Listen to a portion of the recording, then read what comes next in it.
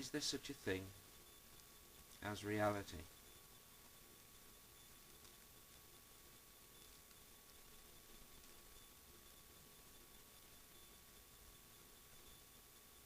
Is there a world independent of our senses?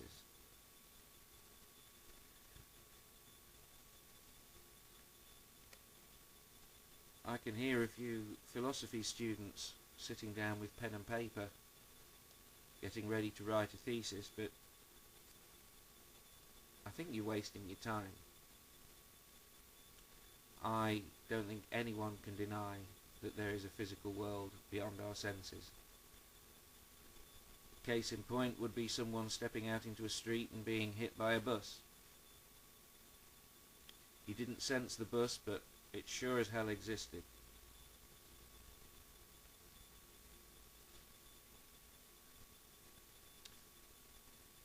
So we accept that reality exists.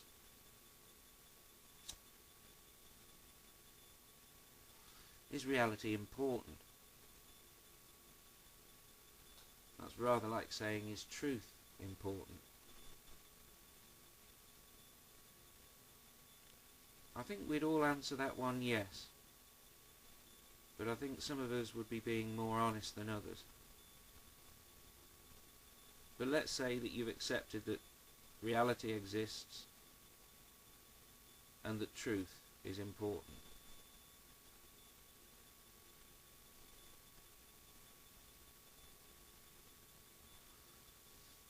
Now, if you're in a burning building and through the smoke a fireman appears and he tells you to follow him to get to safety, do you ignore him, or do you accept that in this situation he is an authority and he knows what he's talking about? Do you trust his experience? I think only a complete lunatic would ignore a fireman inside a burning building. If a car breaks down, you don't consult a priest. If a water pipe bursts, you don't consult a priest. If a fireman tells you to get out of a burning building, you don't hesitate and make a call to consult the priest on what he thinks you should do. So why do you consult priests about reality? Why are they experts on reality? Why are they the expert mechanics of reality? Surely we're going to check out the qualifications of the people giving us advice. We're not just going to take anybody's advice in a burning building. We're only going to get one chance, we better get it right. So let's check out and see what a priest knows about reality. Have they examined reality? That's to say, have they tested it? Have they attempted to measure it? Have they spent centuries coming up with hypotheses about what reality is and counter-hypotheses to try and let the ideas fight it out in an arena of intellectual investigation? Have they tried to define reality using every measurement available to them? No, they haven't. The people who do that are called scientists. They are the experts on reality. If you want to know what reality is, you ask a scientist. You'll get a certain variety of opinion, but there'll be a backbone of agreement. And that's a good place to start when trying to define reality. But instead, religious people ask priests.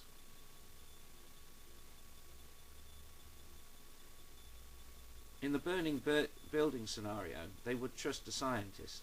They would know that it was the scientist to speak to, not the priest. Yet because things aren't burning, they ask a priest.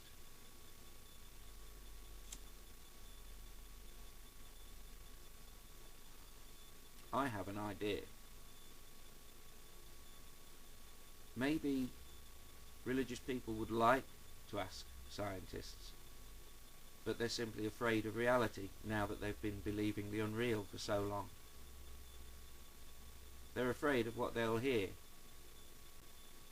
At least some people, at least some of the time, are afraid of reality. In an attempt to treat you for your condition, I intend to expose you to the harshest reality known to man. The universe as seen through the eyes of science. I think possibly at the root it's an atheist's view of the universe. I'm going to let you know that if you were to put aside religion, if you were to allow science into your head, and you were to become an atheist, this is the cold, barren, hellish landscape that you would see. This also happens to be the first thing I'd say to children on their very first day at school. 13 billion years ago, the universe exploded into existence. And in those 13,000 million years, the laws which have always governed this universe have been bringing everything together, the stars, the planets, and the people. And nobody knows why.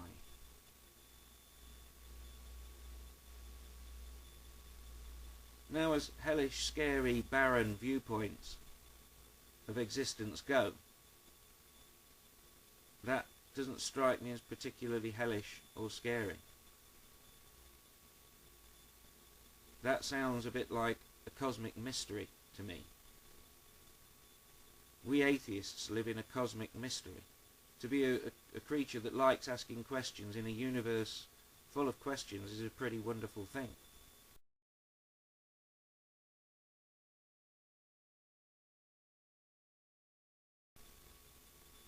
The atheist lives in a mysterious universe which popped into existence 13,000 million years ago and seems perfect for life, and nobody knows why.